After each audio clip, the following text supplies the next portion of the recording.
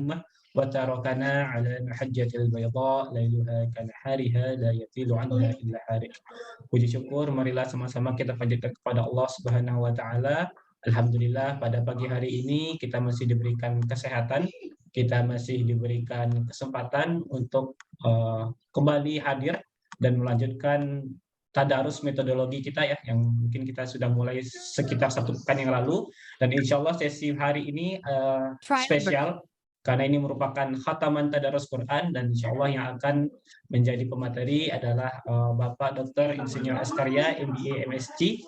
Alhamdulillah beliau sudah hadir di tengah-tengah kita di forum ini. Salawat beriring salam tidak lupa pula kita kirimkan kepada Nabi besar Muhammad Sallallahu Alaihi Wasallam. Allahumma shalli ala Muhammad. Oke, baiklah.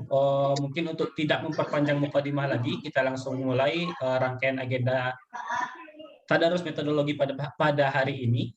Insya Allah nanti sebelum materi oleh Pak Askaria, kita akan awali terlebih dahulu dengan sambutan yang akan disampaikan oleh Bapak Aam Slamet Rusdiana selaku CEO Smart Indonesia. Kepada Pak Aam, waktu dan tempat saya persilahkan. Baik, bismillahirrahmanirrahim. Assalamualaikum warahmatullahi wabarakatuh.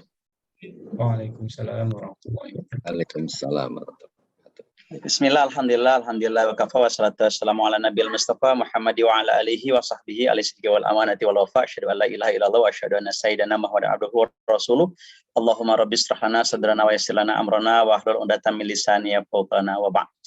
Baik, Bapak Ibu sekalian, Pak Askaria, saya mohon izin mungkin 5 menit atau 7 menit Pak, mau melaporkan ini tadarus metodologi selama 7 hari ke belakang ini, mulai Rabu yang lalu Pak.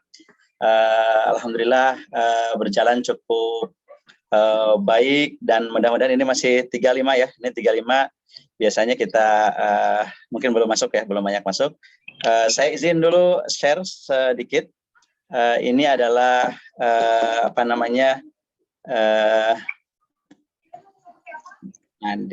sudah terlihat slide saya? Sudah Pak. Baik. Nah, jadi ini seperti yang sudah kemarin kita lalui, alhamdulillah, Bapak Ibu, dengan di sela-sela tadarus Quran, alhamdulillah kita bisa melaksanakan ini tadarus metodologi yang sebenarnya tahun ini kita mulai. Gitu. Jadi ini brief reportnya selama 7 hari ini. Jadi tadarus metodologi ini atas kerjasama Smart dengan Al-Adhiyah Pesantren Riset yang berada di Bogor. Alhamdulillah. Nah, ini adalah 7 hari yang setelah kita lakukan. Dimulai dari hari pertama Biblio Shiny, Panel Regression, dan seterusnya ya, sampai PLSM terakhir kemarin. Alhamdulillah yang terdaftar ini 600 partisipan. Alhamdulillah dari 3 grup WA ya. Dan dari 80 institusi, jadi dari kampus, dari mungkin BPS ada lembaga penelitian, WACI dan seterusnya, negeri 80 total, dan dari 45 kota, alhamdulillah. Dan tiga negara itu ada dari Indonesia ya, Malaysia dan Turki, tapi mayoritas mungkin orang-orang Indonesia ya yang sedang S3 mungkin di Turki, di Sakarya, ada yang di M dan seterusnya. Jadi ini secara umum Pak Askaria, 7 hari kemarin ini. Jadi alhamdulillah antusiasnya lumayan ternyata sangat tinggi begitu. Mungkin karena free juga ya, dan mudah-mudahan materinya memang diperlukan begitu oleh oleh para peserta.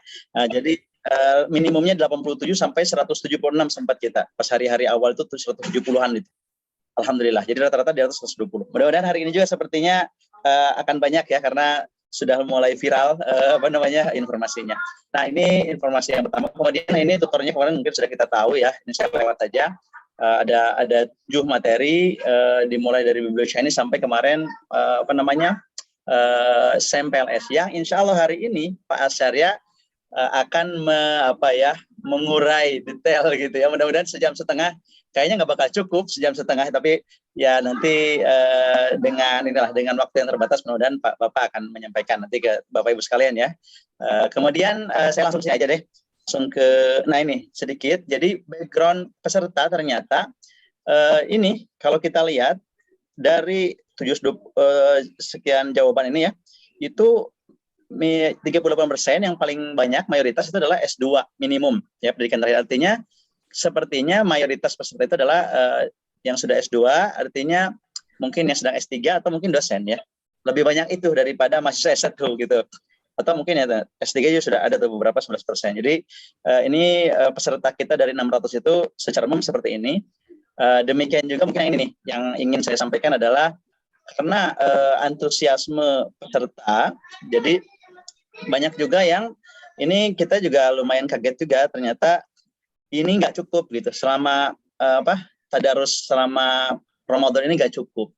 Jadi ketika kita bertanya apakah Anda setuju jika program ini berlanjut begitu ya. Jadi ini semacam platform yang gratis untuk belajar metodologi begitu, tapi diikuti oleh banyak pihak gitu ya, akademisi terutama, bukan hanya Ikram Islam tapi semua, baik itu mahasiswa maupun dosen, peneliti, ternyata mayoritas 99,4% itu setuju dari 462 yang menjawab.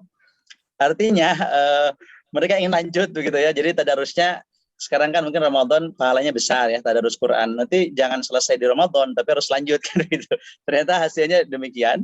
Jadi harus berlanjut begitu. Tentu yang mungkin lebih baik, metode mungkin yang belum kita pelajari dan seterusnya. Lalu ditanya terkait kapannya, setiap apa gitu ya pelaksanaannya, ternyata mayoritas setiap pekan gitu ya. Peserta itu menjawabnya setiap pekan kalau bisa gitu. Kedua mungkin 2 pekan sekali, yang ketiga sebulan sekali. Nah, mungkin masalahnya adalah tentu kita tim ini kan juga di tengah kesibukan dan seterusnya ya, nanti mungkin kita akan diskusikan seperti apa baiknya gitu ke depan. Tapi intinya adalah what next gitu, karena kan hari ini kan 7 hari ini kita belajar ilmunya. Nah ke depan mungkin kan bukan hanya ilmu tapi amalnya, maksudnya risetnya bagaimana, publikasinya bagaimana, kan metodologi satu hal, tapi bagaimana risetnya, bagaimana nulisnya dan seterusnya. Jadi nanti ada sepertinya perlu tindak lanjut. Banyak sekali respon, komen, testimoni yang kalau bisa begini. Jadi banyak sekali. Nanti mungkin kami akan sampaikan secara detail. Tapi intinya adalah mungkin kita ke depan akan lanjut ya, tetapi tidak setiap hari tentu, dan mungkin tidak setiap minggu. Jadi antara mungkin 2 pekan sekali atau mungkin 1 bulan sekali kita yang pre-versionnya itu ya. Nah itu nanti akan disampaikan kita di WA ya dan seterusnya. Nah ini mungkin sekilas Pak Asyarya dan mungkin Bapak-Ibu sekalian terkait kondisi atau belajar tadarus kita selama seminggu ini. Dan mudah-mudahan hari ini akan disempurnakan khotaman kita ya, hari ini khotam Qur'annya atau khotam tadarusnya oleh Pak Asyarya sebagai penasehat di pesantren riset ini, di Yayasan Adkia ini. Beliau salah satu penasehat. Ada Pak Iqbal Irfani dari IPB, kemudian ada Pak Salim Rohana dari Kementerian Agama dan seterusnya. Jadi itu mungkin pengantar dari saya. Mudah-mudahan hari ini lancar, karena dan saya serahkan mungkin ke MC Ihsan. Terima kasih. Assalamualaikum warahmatullahi wabarakatuh. Waalaikumsalam warahmatullahi wabarakatuh. Terima kasih Bapak Am tadi mungkin atas sambutannya dan sekaligus laporan ya terkait dengan perkembangan partisipan tadarus metodologi selama 1 pekan ini. Baiklah, mungkin untuk tidak berlama-lama lagi, kita akan melanjutkan ke sesi inti kita. Insya Allah akan ada pemaparan materi oleh Bapak Dr. Askaria. Dan sebelum materi disampaikan kepada Bapak Ibu semua para partisipan yang tidak memiliki kendala di jaringan ataupun yang kondusif untuk menyalakan kamera, silakan dinyalakan kameranya. Dan silakan dikondusifkan mikrofonnya ya, karena nanti insya Allah kita akan sama-sama menyimak dan mendengarkan materi yang akan disampaikan oleh Bapak Askaria. Oke, selanjutnya kepada Pak Askaria, waktu dan tempat saya persilakan. Baik, ini aturannya bagaimana? Saya berapa lama presentasi, berapa lama untuk question and answer? Oke, insya Allah kurang lebih 1 jam untuk materi, kemudian kita lanjutkan dengan diskusi kurang lebih 15-20 menit. Baik. Assalamualaikum warahmatullahi wabarakatuh. Waalaikumsalam warahmatullahi wabarakatuh. Alhamdulillahirabbil alamin. Allahumma sholli wa sallim ala nabiyina Muhammad ala alihi washabihi ajmain. Amma ba'd. Teman-teman semua, setelah beberapa hari lalu sudah belajar berbagai metode penelitian ya. Saya akan menyampaikan mungkin lebih overview gitu ya. Overview tentang metodologi riset di bidang ekonomi keuangan Islam. Sebetulnya seperti apa? Kira-kira seperti itu ya. Nanti kalau ini materinya terlalu banyak, nanti mungkin bisa kita ulangi lebih detail per bagiannya. Sekarang saya hanya akan menyampaikan mungkin overview gitu ya, supaya waktunya cukup. Baik, ini topiknya riset metodologi in Islamic Economic and Finance. Nah, kalau kita melihat metode untuk riset di ekonomi Islam sebenarnya memang belum ada ya metode khusus yang diciptakan untuk melakukan penelitian di bidang ekonomi keuangan Islam. Belum ada ya. Ada seorang profesor yang sedang berusaha membuat metode penelitian, namanya Profesor Masudul Alam Chaudhry. Nah, namun kelihatannya belum sampai pada tingkat yang memuaskan, masih terus dikembangkan ya.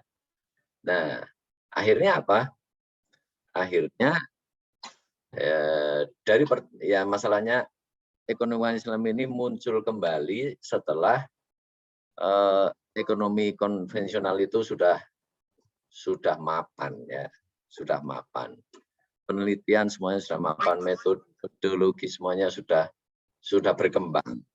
Sehingga akhirnya sebetulnya yang dilakukan para peneliti ekonomi itu hanya menggunakan metode yang ada, ya, metode konvensional. Nah, di sini akhirnya ada perdebatan, apakah tepat kita menggunakan metode konvensional yang notabene itu tidak memiliki value seperti dalam Islam, kita gunakan untuk menganalisis ekonomi keuangan Islam. Nah, itu pertanyaannya tuh, ya. Pertanyaan utamanya tuh itu. Terdapat perdebatan karena memang dalam penelitian ekonomi Islam sebenarnya sama, ada deduktif, ada induktif, ada normatif, ada positif, semuanya ada, ya. Semuanya ada. Hanya saja tools yang dikembangkan sendiri belum ada. Nah, sehingga terjadi perdebatan ini. Sebagian sepakat boleh menggunakan, sebagian lagi kita mesti membangun metode sendiri. Tapi kalau menurut saya, ya karena memang belum ada, kita terpaksa menggunakan, tapi dengan catatan, ya, karena masing-masing metode, ya, nanti kalian kalau ketika menggunakan suatu metode, perhatikan asumsinya, ya, perhatikan asumsinya. Apakah asumsinya ada yang melanggar ketentuan dalam Islam? Nah, kalau asumsinya melanggar, buang itu asumsinya, ganti asumsinya kalau bisa dengan asumsi yang sesuai dengan ketentuan Islam. Gitu kira-kira itu besarannya ya. Nah, sekarang kita melihat ranah penelitian itu kan luas sekali ya, dari hal-hal yang belum pernah di-riset sampai hal-hal yang sudah di-riset sehingga terbentuk teori. Dari teori itu kemudian akan dilakukan uji hipotesis, konfirmasi, causality, dan seterusnya. Artinya ada penelitian di sisi kiri, saya sebutnya begitu ya. Di sisi kiri ini yang teorinya belum ketemu, belum diformulasikan secara ilmiah ya, bukannya belum ketemu ya, belum diformulasikan secara ilmiah. Yang sebelah kanan, yang hipotesis testing di sini, ini teorinya sudah ada, sehingga tinggal menerapkan teori itu untuk masalah di dunia nyata, empiris gitu ya artinya biasanya ya. Nah, sekarang apalagi perbedaan penelitian ekonomi Islam dan penelitian ekonomi keuangan konvensional. Ekonomi keuangan konvensional itu ya memang kalau kita melihat sepertinya teorinya terus. Sepertinya ya, saya tadi perlu ditekankan sepertinya. Kenapa sepertinya?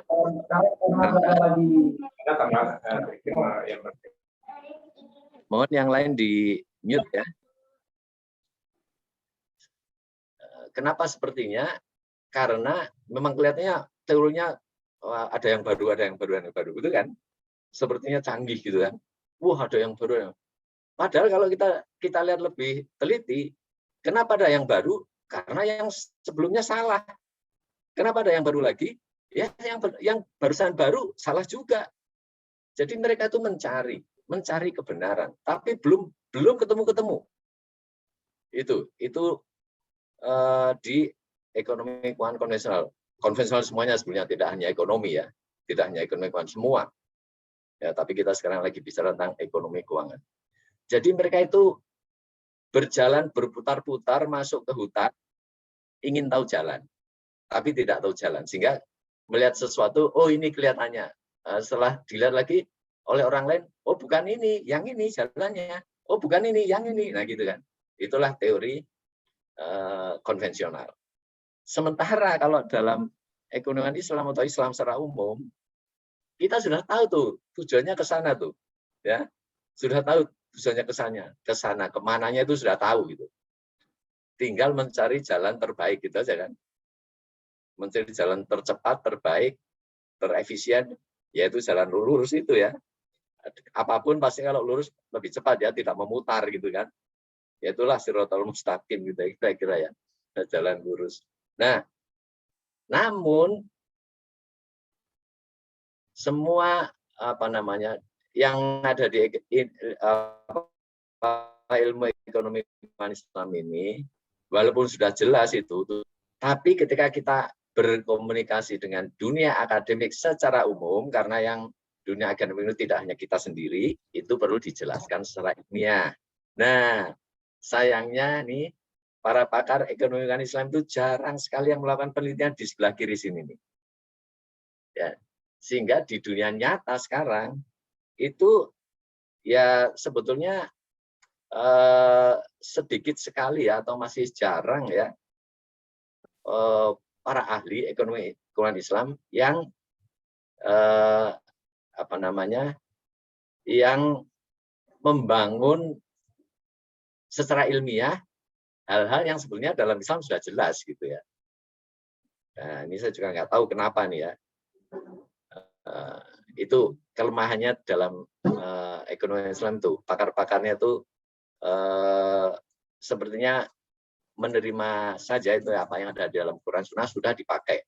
Orang lain nggak menerima, yaitu kan kamu. Kalau saya kan ini. Nah itu jadinya tidak pernah nyambung. Artinya kalau kita ingin menjelaskan ke mereka, itu ya mereka itu kan dogma Islam, nah gitu kan. Mereka tidak percaya. Nah makanya sebetulnya kita perlu dapat menjelaskan secara ilmiah ekonomi keuangan Islam itu, supaya siapapun yang membaca tulisan ilmiah kita misalnya, itu juga mereka juga bisa menerima itu ya. Nah keadaannya kira-kira seperti ini ya. Nah baik, saya lanjut sekarang ya. Sebetulnya tadi ya kan kita dapat menggunakan metode-metode konvensional, tapi dengan catatan perhatikan asumsinya. Nah ini saya membagi 3 nih ya metode-metode tadi. Satu metode yang standar, terus nanti ada yang saya sebut base method, kemudian ada lagi kalau ada hal-hal yang spesifik, tantangan, itu harus menggunakan metode seperti apa. Ya. Yang standar method ya sebenarnya semua metode yang ada di di konvensional dapat dipakai dengan syarat tadi, perhatikan asumsinya. Kalau asumsinya ada yang melanggar, tidak bisa diubah, ya sebaiknya jangan dipakai. Kalau asumsinya masih bisa diubah, digunakan. Atau mungkin ada juga yang secara asumsi itu tidak ada yang melanggar. Nah, nanti bisa juga begitu ya. Nah, baik, ini yang umum. Jadi yang umum ya otomatis kan kalau secara umum kan ada sebenarnya penelitian tidak hanya dibagi kualitatif sama kuantitatif ya. Kalau ekonometriknya ya kualitatif kuantitatif. Nah, kita anggap saja ini standar method ini Islamic econometric gitu aja ya paling gampangnya ya. Econometric tapi yang Islami gitu. Kemungkinan kita harus minimal menyamakan apa namanya tadi asumsi yang belum sesuai dengan Islam kita sesuaikan ya.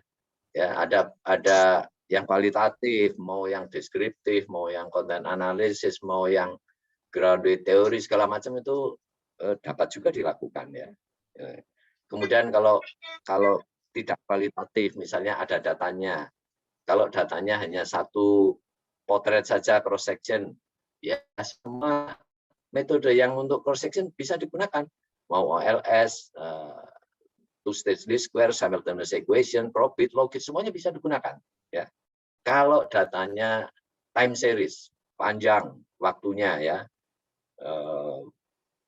ya hampir semua metode time series bisa digunakan. Time series biasanya dibagi 3 ya, satu univariate hanya satu data, multivariate banyak data, dan panel. Panel ini nanti ada sisi cross sectionnya, ada sisi time series-nya. Cross section itu sekali potret tapi di banyak tempat. Kalau time series itu satu data tapi ada masa lalunya banyak. Data tahunan dari tahun 2000 sampai 2021, nah itu namanya time series.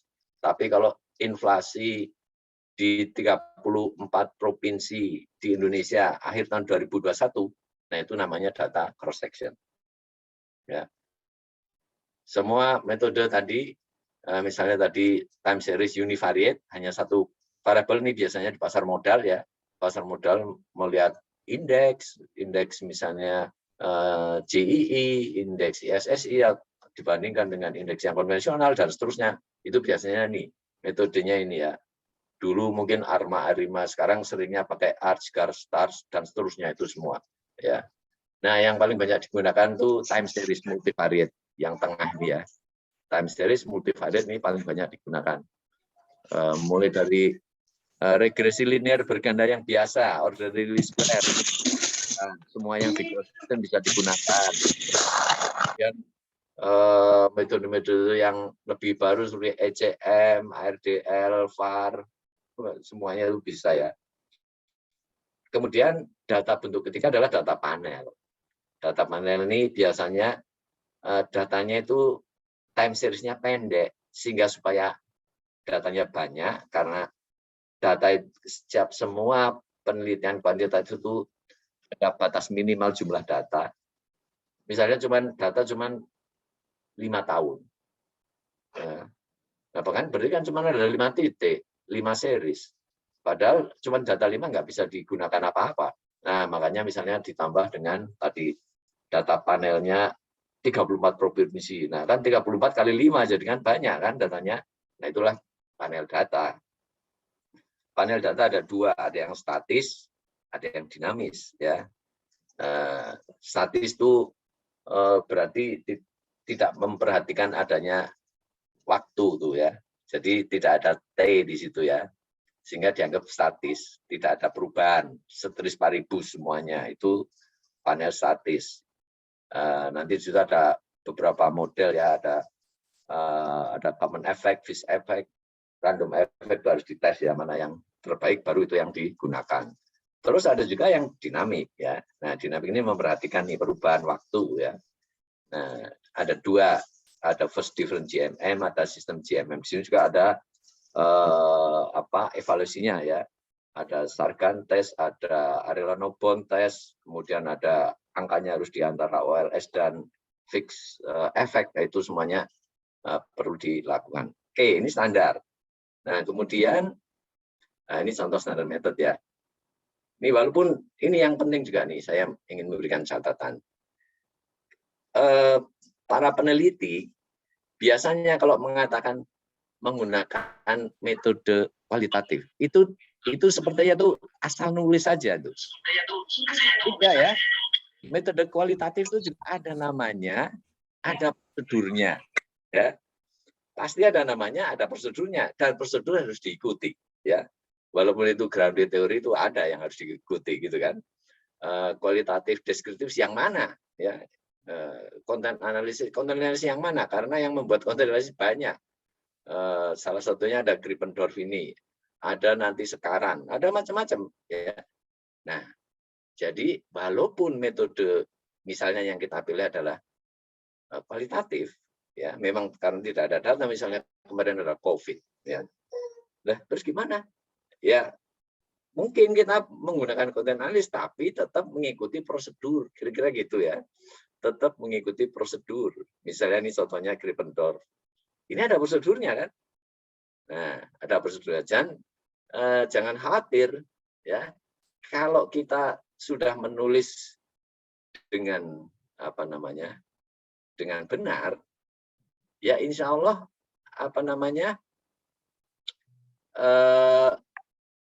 tulisan kita itu juga tulisan yang valid, gitu ya, tulisan yang valid. Jadi jangan khawatir, ya. Mungkin ini ada contoh nih ya, contoh paper yang menggunakan, tapi sebentar aja ya, nanti waktunya habis. Contoh paper yang menggunakan kualitatif tadi ya, tapi ya bisa masuk ke jurnal, bisa, siapa bilang enggak. Contohnya misalnya ini ada paper apa nih? Nah ini paper tentang COVID ini ya. Nah, the role of Islamic social finance during COVID. Kelihatan? Kelihatan, Pak. Ya, metodenya apa nih? Konten analisis. Ya, tapi ya nggak ada masalah. Maksudnya kalau kita mengikuti prosedur tadi dengan benar, ya tidak masalah. Tapi seringnya kalau saya lihat peneliti, oh saya kualitatif asal nulis, ya pokoknya kalau nulis asal nulis itu kuantitatif, padahal tidak ya. Pilih metodenya, itu penting satu. Nah, udah. Kedua, ini namanya best method. Nah, apa itu best method? Best method itu yang menurut saya, ini pendapat saya, bukan pendapat orang lain. Nanti ini ya, semua ini rangkaian ini sebenarnya ada di book chapter ya, ada 3 chapter. Nanti kalau sempat saya share ya, kalau sudah saya potong dari bukunya karena bukunya nggak boleh di-share. Best method itu yang mana? Di antara semua tadi metode-metode konvensional, ya, yang menurut saya asumsinya paling tidak melanggar aturan Islam. Nah, kira-kira gitu ya. Asumsinya paling tidak ada yang melanggar. Ya. Nah, maka itu yang menurut saya best method. Nah, ini ada beberapa nih ya. Ada VAR dan teman-temannya ya, semuanya ya.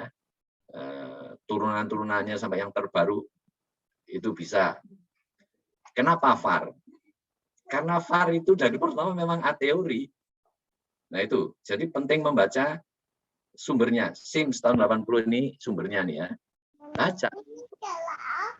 Bahwa Sims sendiri bilang metode dia yang dia buat ini itu a teori. Tanpa teori berarti bukan berarti ateis ya, bukan berarti apa-apa. Artinya kita dapat memasukkan teori apapun ke dalam metode yang a teori ini. Nah, berarti kan kita mudah sekali memasukkan teori-teori ekonomi Islam dengan menggunakan metode ini gitu loh. Ya, jangan salah. Oh itu a teori, oh kalau itu nggak bisa digunakan. Bukan, kebalik. Karena a teori kita bisa menginsert semua asumsi-asumsi dalam ekonomi Islam bisa dimasukkan ke sini. Ya. Nah, itu VAR. Dan VAR itu apa? VAR itu mempunyai konstruksinya itu adalah semua variabel adalah endogen, ya, endogen dan semuanya saling interdependent, semua berinteraksi itu. Ya. Nah, ini kan berarti kan sama dengan pendapat atau teori dari Prof. Masudul Alam Choudhury ya. Ini juga saya di atas ini saya tambahkan sedikit nih ya, bahwa metode-metode yang mempunyai karakteristik seperti yang disampaikan Prof. Masudul Alam Choudhury dalam teorinya circular causation itu menurut saya cocok digunakan untuk apa? Untuk penelitian di ekonomi Islam. Apa sih yang disampaikan oleh Prof. Choudhury ini? Prof. Choudhury itu teorinya sebenarnya namanya zootic process, ada yang disebut, kemudian dia menyebutnya ada namanya TSR ya, Tawhidi String Relation. Tapi intinya di situ ada circular causation. Apa itu circular causation? Circular causation itu intinya sebenarnya awal begini ya. Kan dalam Islam itu semua yang selain Allah itu makhluk. Allah itu kholik. Allah itu sendirian yang independen. Kholik itu semuanya dependent dan interdependent, kan benar kan? Semua makhluk itu dependent dan interdependent. Nah, itu kan tadi yang Far tadi kan cocok kan? Kan dia interdependent kan semuanya kan? Bisa semuanya saling berpengaruh kan, saling pengaruh mempengaruhi. Cocok, berarti dan tadi a teori bisa dimasukkan teori Islamnya. Cocok, berarti Far ini cocok untuk penelitian ekonomi Islam. Kemudian SEM ini sebenarnya tidak terlalu, tapi menurut saya sebetulnya bisa juga. Karena apa? SEM ini memang namanya struktural ya. Structural Equation Modeling. Struktural itu hubungannya harus struktural. Hubungannya itu harus yang memang sudah ada pembuktian secara teoritis bahwa itu ada bunga. Ya. Tapi SEM aslinya itu kan ada dua ya, ada SEM konfirmatori, ada SEM eksploratory. Jadi awalnya SEM itu sebenarnya ya masih bisa interdependen semuanya gitu, ya. Tapi ketika mau dimodelkan, yang lemah tidak boleh digambar gitu kan. Yang digambar hanya yang kuat. Nah, jadi menurut saya SEM ini masih memenuhi syarat tadi ya. Mempunyai karakteristik tadi, interdependensi tadi ya, karena awalnya memang interdependen, tapi kalau dia belum terbukti, maka dia tidak boleh digambarkan, gitu aja tuh. Padahal nanti kita bisa menggunakan nanti ada ya caranya ya, supaya kita ingin menggambarkan SEM seperti di Far gitu ya, saling berhubungan, boleh juga sebetulnya. Yang ketiga, ANP. Ya. Nah, ANP ini, Analytic Network Process ini juga asumsinya tuh sangat sedikit, ya, asumsinya cuma 2. Dan 2 itu juga tidak melanggar syariah sama sekali. Asumsinya itu hanya untuk mengubah dari data yang kita kumpulkan masih bentuknya kualitatif, ya, datanya masih sifatnya ordiner, itu diubah menjadi data rasio supaya bisa dimanipulasi secara matematis. Ya. Terus yang kedua, ada asumsi yang dibandingkan tidak terlalu beda. Tapi itu juga menurut saya nggak penting amat, karena pembandingannya bisa 1-9 lebih besar daripada skala Likert. Jadi sudah juga tidak melanggar syariah. Jadi ANP juga bisa digunakan. Nah, hanya saja ANP aslinya tidak harus semuanya dihubung-hubungkan seperti yang dimaksud dalam circular causation-nya Prof. Choudhury. Maka kalau saya menggunakan metode ANP, semua klaster dan elemen itu saya hubungkan semua supaya mengikuti teori circular causation-nya Prof. Alam Choudhury. Ya, nah ini juga diubah dikit kan, diubah dikit supaya lebih sesuai dengan Islamnya tadi, dengan menambahkan prinsip circular causation ke dalam model ANP. Karena ANP boleh saja ada yang tidak dihubungkan, sebagian dihubungkan, sebagian bolak-balik, sebagian tidak, itu boleh. Tapi kalau untuk meneliti ekonomi keuangan Islam, karena kita masukkan tadi, circular causation harus dibuat semuanya interdependent seperti yang ada di VAR tadi. Semuanya interdependent. Ya.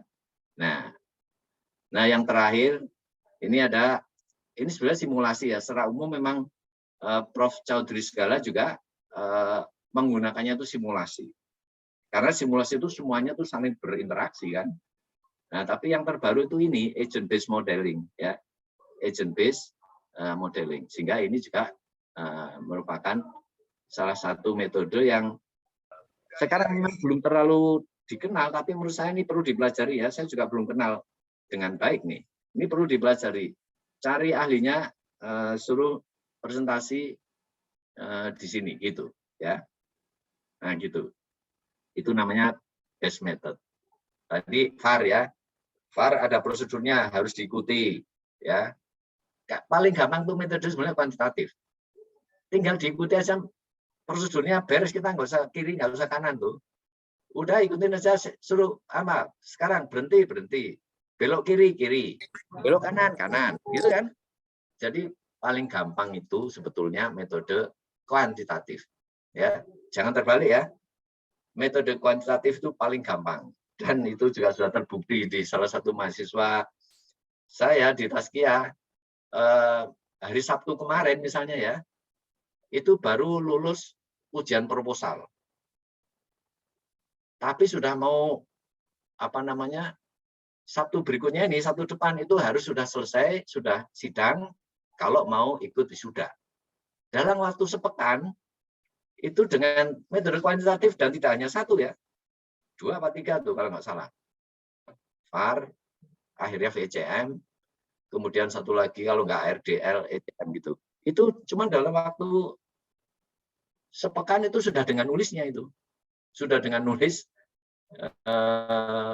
skripsinya selesai. Jadi kalau ingin cepat, gunakanlah metode kuantitatif. Tapi zaman sekarang itu banyak sekali hal yang tidak bisa dilakukan dengan metode kuantitatif. Ya, karena metode kuantitatif itu terbatas di jumlah variabel.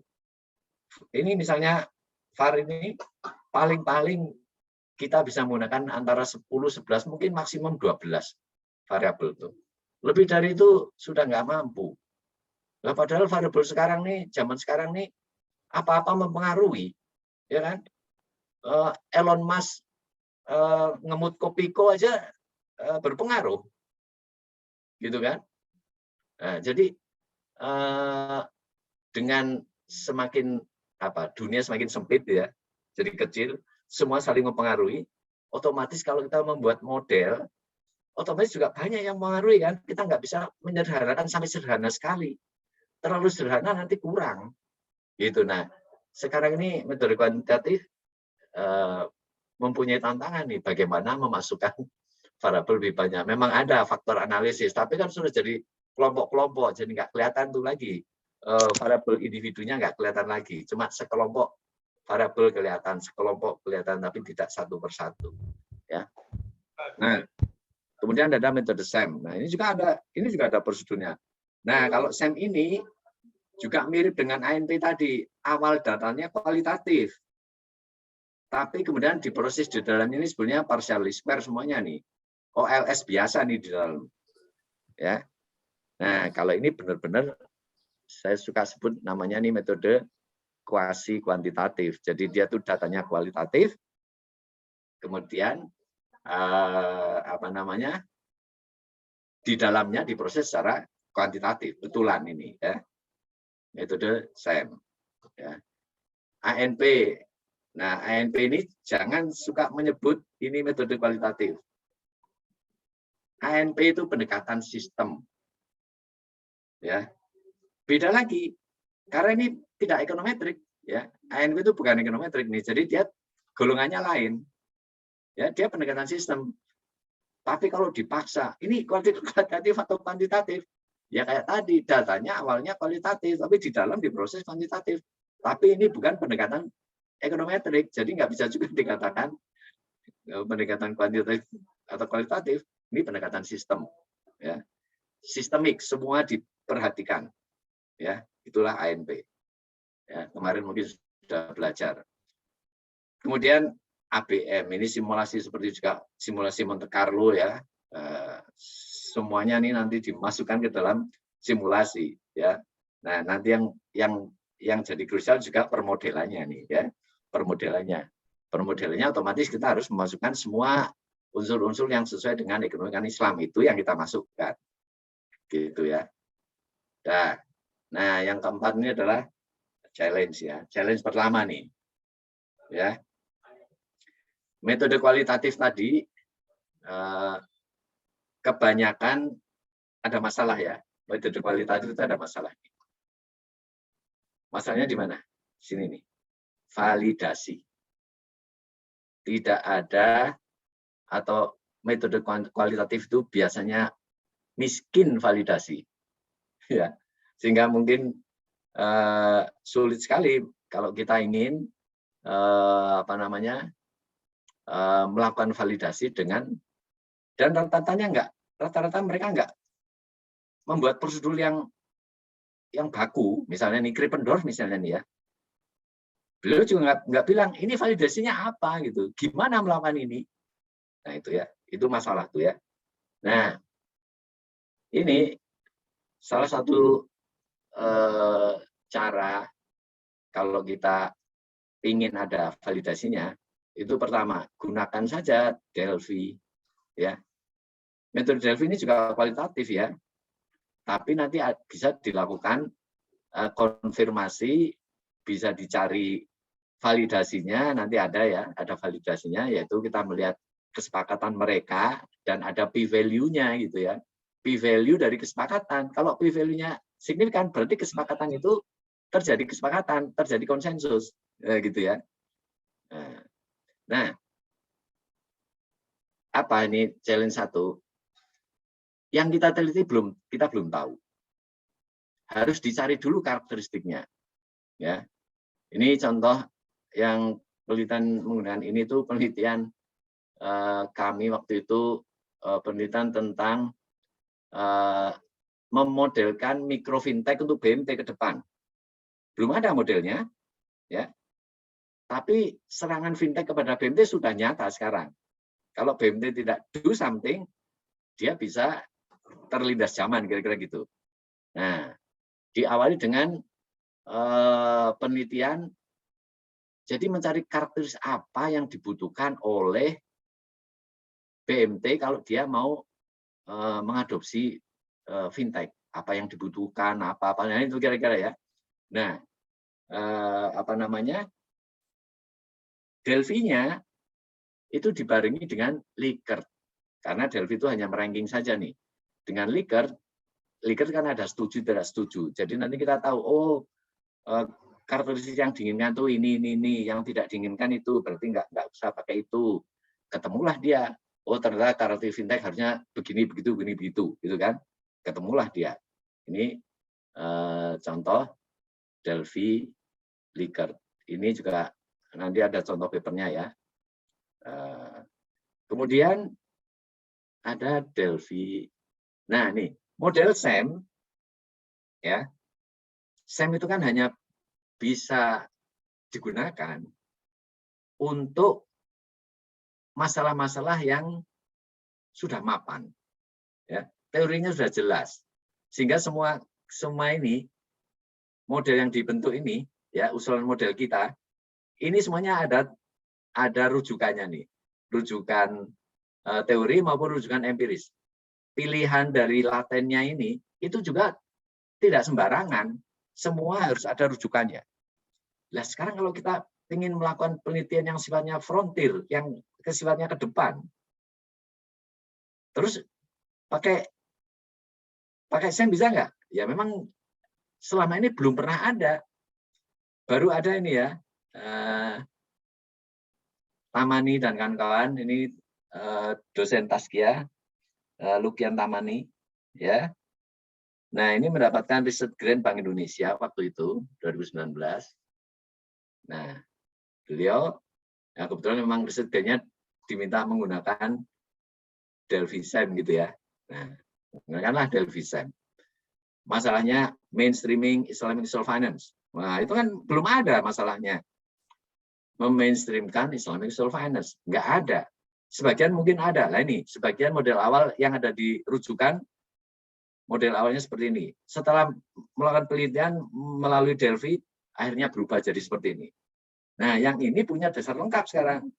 Sebagiannya tadi dari rujukan, sebagiannya dari Delphi, dan divalidasi oleh Delphi, karena Delphi ada validasinya. Selesai, modelnya jadi valid secara ilmiah. Ya. Nah, kemudian, ini sama ya, pokoknya mengikuti prosedur lah. Kalau mengikuti prosedur, diikuti dengan baik, ya hasilnya berbicara sendiri. Nah, jangan, ini juga peringatan ya, peneliti itu boleh salah ya, tapi mesti jujur. Ya, jangan kayak politisi, nggak boleh salah, nggak boleh, ya, iya nggak boleh salah, tapi terus boleh tidak jujur gitu kan. Nah, jangan ya, peneliti itu bukan politisi. Misalnya ada proyek nih, diminta untuk meneliti, bayarannya tinggi, tapi sudah diatur nanti hasilnya harus begini ya, jangan mau ya. Itu berarti kalian apa itu? Ya tadi sama aja orang menjual agama, ini menjual metode gitu kan. Nah, jangan ya. Nah, karena sekarang itu dilakukan. Coba lihat aja poll kalau mau pilkada atau pilpres, semua poll yang di-hire oleh si calon pasti memenangkan si calon gitu kan. Nah, terus mana yang kita yang asli beneran itu yang mana? Nggak tahu sekarang kita. Karena sekarang sampai cara-cara ilmiah pun sekarang sudah digunakan secara tidak benar gitu ya. Ini hati-hati nih untuk para peneliti ya, jangan sampai menjadi seperti itu ya. Terakhir Delphi ANP. Nah, ANP kan sebetulnya juga saat itu sebenarnya nggak ngomong ya. Saat itu nggak bilang semua klaster, semua elemen itu harus ada dasarnya. Ya. Tapi kan ini kita menggunakannya secara ilmiah. Kalau ilmiah berarti harus ada dasarnya. Klaster itu dari mana? Elemen itu datang dari mana? Ya. Kalau kita menggunakan ANP lagi-lagi tadi untuk masalah yang sifatnya frontier, tidak ada rujukannya. Nah, karena tidak ada rujukannya, kita awali dengan Delphi untuk membangun model ANP-nya. Gitu kira-kira ya. Untuk membangun model ANP-nya, kita menggunakan Delphi. Ya. Ini Delphi ANP. Ini contoh penelitian Delphi ANP, ini salah satu paper ya, ada banyak paper ya, nanti Delphi ANP ini ada beberapa. Ya. Ini salah satunya ini tentang apa nih? Ini aja yang gampang nih, saya buka. Nah ini ya. Ini Designing Micro Fintech Model for Islamic Microfinance Institution Indonesia. Nah ini tadi awalnya tadi menggunakan Delphi Likert untuk mencari karakteristik. Itu nanti paper tersendiri. Kemudian sudah karakteristiknya terbentuk, model-model alternatif bisa dibangun, alternatif model itu dievaluasi dengan menggunakan ANP. Jadi ini namanya Delphi ANP. Tahap pertama pasti Delphi-nya harus dibuktikan dulu, ya. Delphi-nya dibuktikan. Ini pembuktian Delphi bahwa para responden ahli tersebut sudah sepakat minimal 70%. Setelah itu baru hasil ANP-nya satu persatu. Klaster-klasternya mulai dari tujuan sampai yang terakhir alternatif ditampilkan. Selesai. Ya. Nah, ini juga ada apa namanya? ANP itu bagusnya lagi apa? ANP itu ada yang namanya sensitivity analysis. Nah, sensitivity analysis ini bisa digunakan untuk dua cara ya. Satu, bisa digunakan untuk robustness test. Nah, ini penting ya, karena kalau kita mau submit ke jurnal yang Q1, Q2 itu nanti ditanya tuh robustness testnya mana. Kalau nggak ada, diminta itu. Nah, untungnya di ANP ini ya, ada cara melakukan robustness test. Ini membesarkannya gimana nih kok ketutupan semua nih. Mau dibesarkan nggak bisa. Saya harus ubah dulu sebentar ya. Pak ini. Ini. Ya. Nah, ya. Ya. Ini sama nih papernya Delphi ANP juga nih ya. Ini di Q2 juga ya. Ada sensitivity analysis dalam ANP itu bisa digunakan untuk robustness test. Jadi ya, jangan lupa kalaupun pakai ANP, pakailah robustness test. SEM tadi juga ada robustness testnya sebetulnya ya. Kalau ingin submit ke jurnal yang tinggi harus ada robustness. Kalau enggak ya jangan masukin ke jurnal Q1, terutama Q1 ya. Q2 mungkin masih ada yang menerima SEM tanpa robustness ya. Oke. Tadi ini Delphi ANP ya. Terus challenge ketiga, modified conventional theory. Teori konvensionalnya ada. Terus misalnya nih perbankan, kan sekarang ada perbankan syariah, pasar modal ada pasar modal syariah, moneter ada moneter syariah, semuanya ada kan. Nah, ini contohnya ya, ini tadi yang saya sebut. Kalau econometric menggunakan econometric ya, modeling ya, kita sebutnya Islamic econometric jadinya, karena kita akan mengubah supaya modelnya sesuai dengan ekonomi Islam. Nah, ini contohnya modified monetary policy transmission mechanism. Yang ada itu teori transmisi moneter itu konvensional ya. Miskin papernya tahun 96 atau 97 awalnya. Yang ada itu yang atas nih ya. Tapi karena di sistem keuangan ganda seperti Indonesia, perbankan ganda, kan ada bank syariah juga dan konstruksinya sama. Ada pasar uang antar bank syariah. Ini bank syariahnya sendiri di sini, akhirnya mempengaruhi output dan inflasi di sini.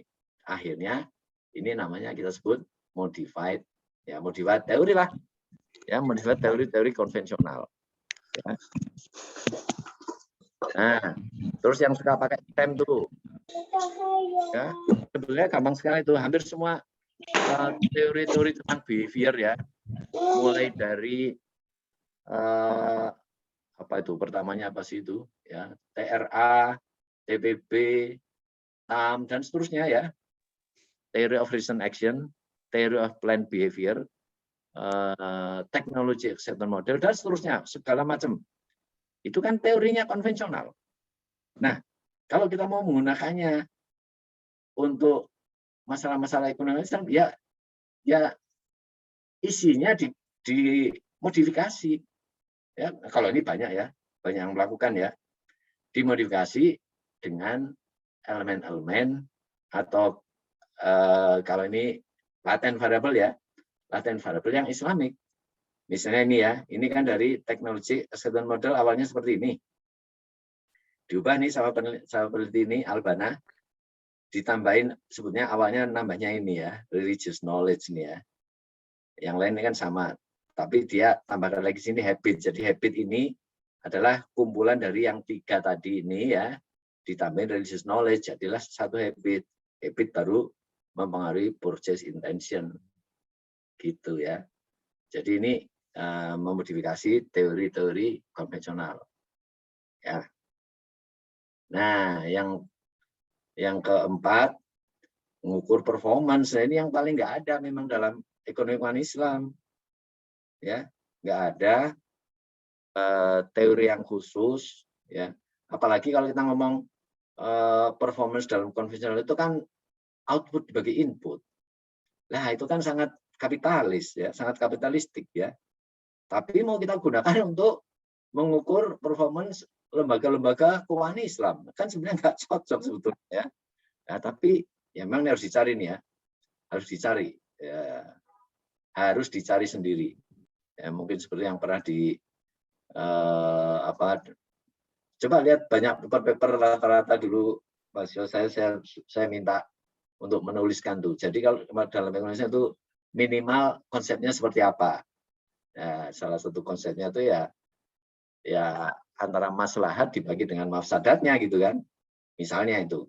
Karena kalau output bagi input itu selalu akan bermasalah. Karena inputnya kan harus diminimais terus kan.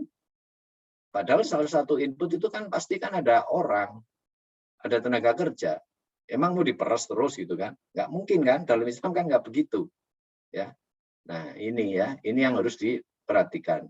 Kita pas-pas ya. Nah kemudian ya, angka-angka atau rasio-rasio yang konvensional ya boleh dipakai, tapi harus tadi perhatikan ya, harus diperhatikan. Misalnya di perbankan atau ada BOPO, ada NPF, ada ROA, harus perhatikan ya. Itu sebenarnya sesuai dengan nilai-nilai Islam atau enggak, gitu ya. Nah makanya sebenarnya ada metode yang namanya DA ini, dia relatif, ya, relatif, dia tidak mutlak seperti tadi. Ini relatif dan input outputnya bisa macam-macam, ya. Input outputnya bisa kita atur sebetulnya nih. Nah, jadi DA sebenarnya bisa digunakan, tapi input output itu yang mungkin perlu dipikirkan, karena pasti bukan input output seperti yang kapitalistik tadi. Kalau kapitalistik lagi ya sama lagi gitu kan. Nah, tapi untuk gambaran ya, di dalam DA itu ada sebenarnya dia mengukur dari produser teori. Produser itu ada overall efisiensi, itu perkalian dari alokatif efisiensi dan technical. Ya, yang bisa dihitung sebenarnya technical nih, yang sering hitung nih technical ya. Technical efisiensi itu terbagi dua. Technical sendiri ini bisa diukur, bisa dihitung dengan asumsi constant return to scale. Kemudian kalau yang pure technical bisa dihitung dengan asumsi variable return to scale. Nah, otomatis TE ini kalau dibagi PTE jadilah dia scale efficiency. Ya, sebetulnya itu intinya ya. Kemudian pendekatannya ada 3 ya, production approach, ini biasa produksi, apa yang menjadi bahan baku itu jadi input, apa yang menjadi barang jadi itu adalah output. Kalau intermediate approach, nah ini bedanya, tadi karena yang diintermediasikan adalah dana, maka dana simpanan itu dia jadi input, bukan jadi output. Kalau di production approach itu dia jadi output, ya, gitu. Dan ada modern approach apapun nanti ini sebenarnya aset nih ya, aset approach ya, modern approach itu aset approach. Semuanya dikaitkan dengan aset, dia seberapa persen dari aset, dia seberapa persen dari aset, gitu. Itu namanya aset. Dan ini juga sudah berkembang dari lama ya, dari dulu ya, DEA dari yang constant return to scale itu yang pertama ya, sampai ke sekarang ada macam-macam ya, ada fuzzy, ada 2 stage, ada 3 stage, ada macam-macam ya, ada macam-macam namanya tuh, ya, tuh sampai tahun 2020 masih terus berkembang nih teori, ya, gitu. Mungkin itu dulu ya yang bisa sampaikan, nanti kita bisa lebih jauh di question and answer. Wassalamualaikum warahmatullahi wabarakatuh. Waalaikumsalam warahmatullahi wabarakatuh. Syukron, jazakallah khairan katsiran Pak Askaria tadi atas pemaparannya. Luar biasa ya, insight baru semua nih bagi kita, khususnya yang ingin memperdalam riset dan penelitian di dalam ruang lingkup Islamic Economic and Finance. Oke, selanjutnya kita akan melanjutkan sesi ini ke sesi diskusi. Silakan bagi Bapak Ibu yang ingin bertanya secara langsung boleh raise hand. Oke, kita buka untuk 2 penanya terlebih dahulu. Saya Pak, boleh Pak? Oke, boleh. Bu Gadis, silakan. Ini nggak ada rasanya gimana? Rasanya nggak ada ya? Tadi siapa tadi? Bapak Purwanto Pak. Bapak Purwanto, boleh. Silakan Bapak Purwanto.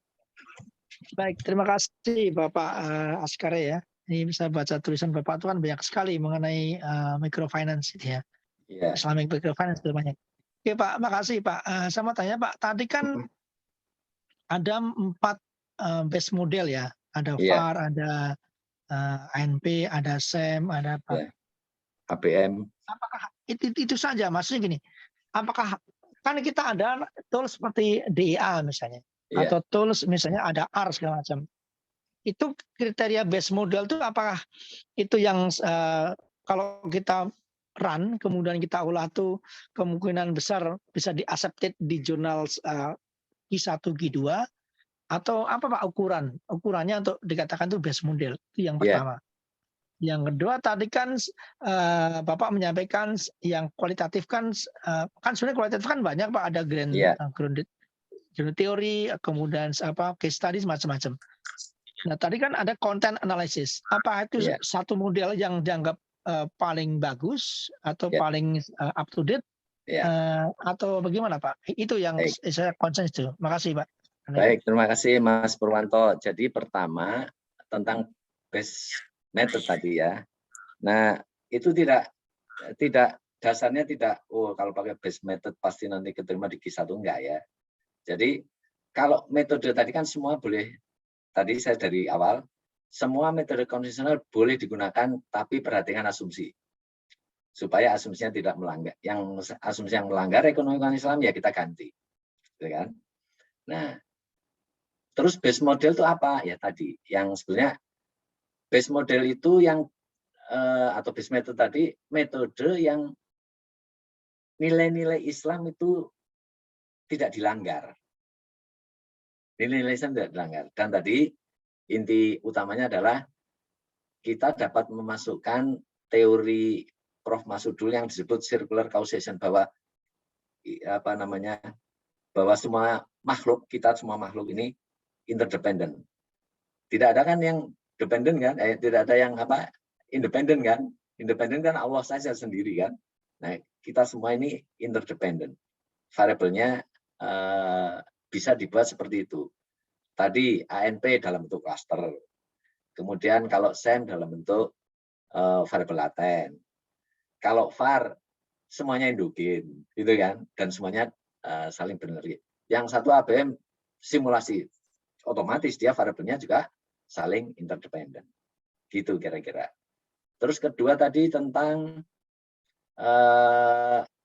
metode kualitatif. Sebenarnya mana saja, yang tadi cuma contoh yang pernah saya lakukan dan ternyata juga tidak ada masalah masuk ke jurnal internasional Q2, nggak ada masalah. Yang penting ikuti prosedurnya, gitu aja itu sebetulnya. Intinya, ikuti prosedur dari yang membuat teori itu gitu, atau yang membuat metode itu. Kalau kita ngikutin tadi konten analisnya Krippendorff, ya ikutin Krippendorff. Kalau kita mengikuti sekarang, ya ikutin sekarang. Grounded teori, ikuti perkembangannya sampai yang terakhir. Prosedurnya seperti apa? Ikuti dengan benar, insya Allah ke jurnal manapun bisa diterima. Tapi ada tapinya nih ya. Kalau ke Q1, Q2 biasanya ditanya robustness test. Nah, jadi kalau kita memilih metode tapi tidak ada robustness-nya, itu kita harus pilih jurnalnya yang tepat. Kalau jurnalnya nggak tepat, nanti ada kemungkinan tadi mudah sekali untuk ditolak tuh, karena nggak ada robustness. Misalnya kita ingin Q1 gitu ya, atau Q2 gitu, tapi nggak ada robustness, ya cari memang kan jurnal itu kan ada juga yang spesifik menerima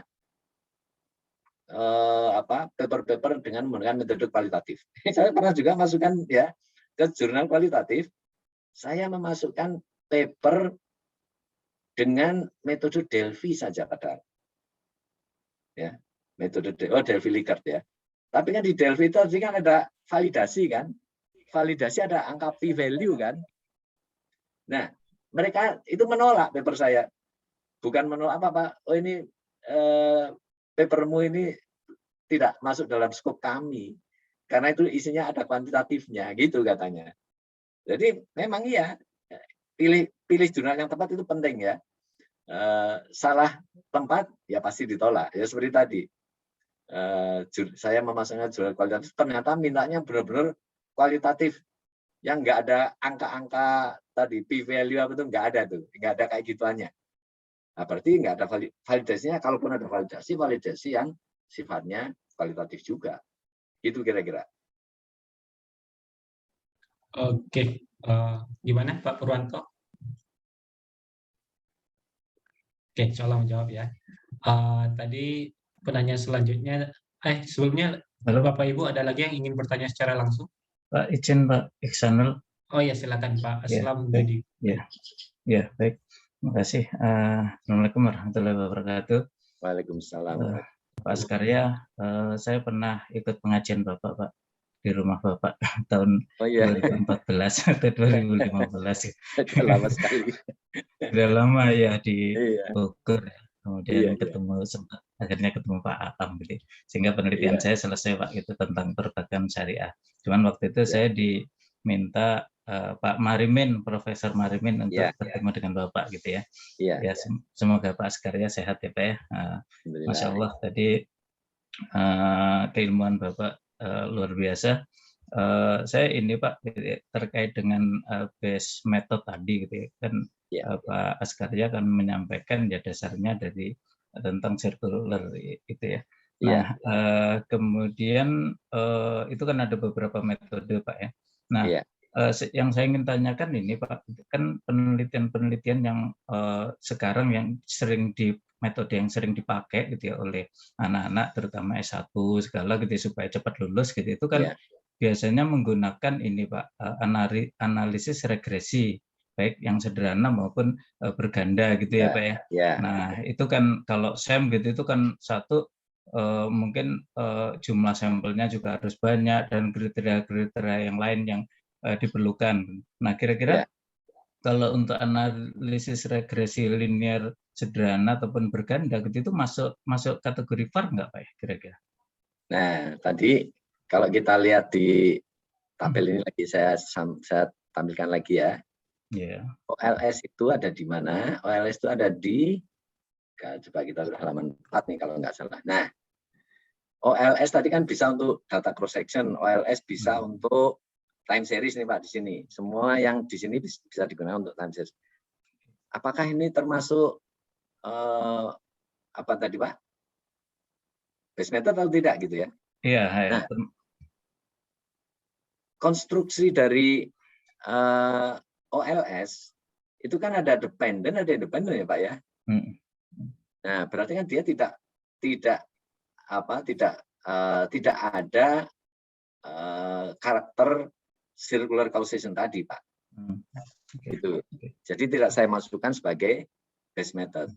Boleh digunakan nggak? Boleh, tetap boleh-boleh aja. Tadi kalau ada asumsi yang tidak cocok ya coba dimodifikasi gitu. Tuh, kira-kira. Oke. Ya Pak, baik. Satu hal lagi Pak, kalau sebenarnya itu kan ini Pak ya, artinya seperti regresi linear segala ya, itu kan hanya satu arah ya, jadi tidak ada ketergantungan ya Pak ya, kalau nggak salah mungkin dasar pemikirannya itu gitu sehingga akhir dikeluarkan dari base method ya Pak ya. Nah, kalau mungkin ini diskusi saja ya Pak Askar ya. Nah, kalau penelitian ekonomi syariah gitu itu kalau saya baca dari beberapa literatur gitu itu kan ini Pak penelitian yang objeknya gitu itu adalah mungkin lembaga objek yang terkait dengan ini bidang-bidang syariah gitu itu salah satunya Pak ya. Nah, di dalam penelitian itu kan sebenarnya kategori muamalah ya Pak ya. Kalau muamalah itu kan hukumnya kan segala sesuatunya boleh kecuali yang diharamkan gitu ya Pak ya, misalnya seperti itu. Nah ini kan sebenarnya kaitannya juga dengan ini Pak ya. Banyak sih anak-anak sekolah yang S1 di sekolah-sekolah Islam ya Pak ya. Kebetulan saya juga ngajar di SEBI gitu ya, Sekolah Tinggi Ekonomi Islam SEBI Pak. Nah itu memang mereka sering menggunakan itu Pak gitu ya, menggunakan yang menggunakan metode-metode yang sederhana tadi Pak gitu, karena ya satu pengen cepat lulus, kemudian Pak banyak faktor lah gitu ya kaitannya dengan finansial dan seterusnya. Nah kira-kira menurut pandangan Pak Askarya gimana Pak? Itu saja. Ya, jadi ini metode OLS ini memang metode yang paling populer ya dari zaman dulu sampai sekarang. Bagi para pakar yang berhaluan kuantitatif, ini bagi mereka juga masih valid. Ya. Bahkan ahli ekonomi Islam juga mengatakan regresi linear ini, OLS ini valid, masih valid. Walaupun asumsinya kan kalau kita bayangin dengan zaman sekarang kan kayaknya itu naif sekali gitu ya, bahwa X1 dengan X2 tidak berhubungan sama sekali. Dengan X3 dia munculnya eksklusif, itu kan zaman sekarang itu kan naif gitu ya. Nah, kalau saya arahkan mereka ke tadi VAR, Pak. Paling gampangnya tuh ya, VAR. VAR itu kan tadi kan dia semuanya interdependent. Semuanya endogen gitu kan. Nah, padahal VAR juga sama mudahnya, Pak, sebetulnya. Sama mudahnya itu dengan, cuman mungkin karena tadi saya sebut sebenarnya semua metode kuantitatif itu mudah. Hanya mungkin belum kenal. Begitu kenal, nanti akan jadi gampang, Pak. Jadi kalau saya kepada mahasiswa saya S1, jangan pakai OLS. Itu sudah saran pertama saya tuh. Jangan pakai OLS. Itu. Pakai yang lain. Kenapa OLS terus? Nggak maju-maju, nanti tahunya cuma OLS saja gitu. Coba explore yang lain gitu. Gitu kira-kira. Nah, VAR itu sebagai metode utama. Konfirmasinya atau robustness-nya bisa menggunakan yang lain.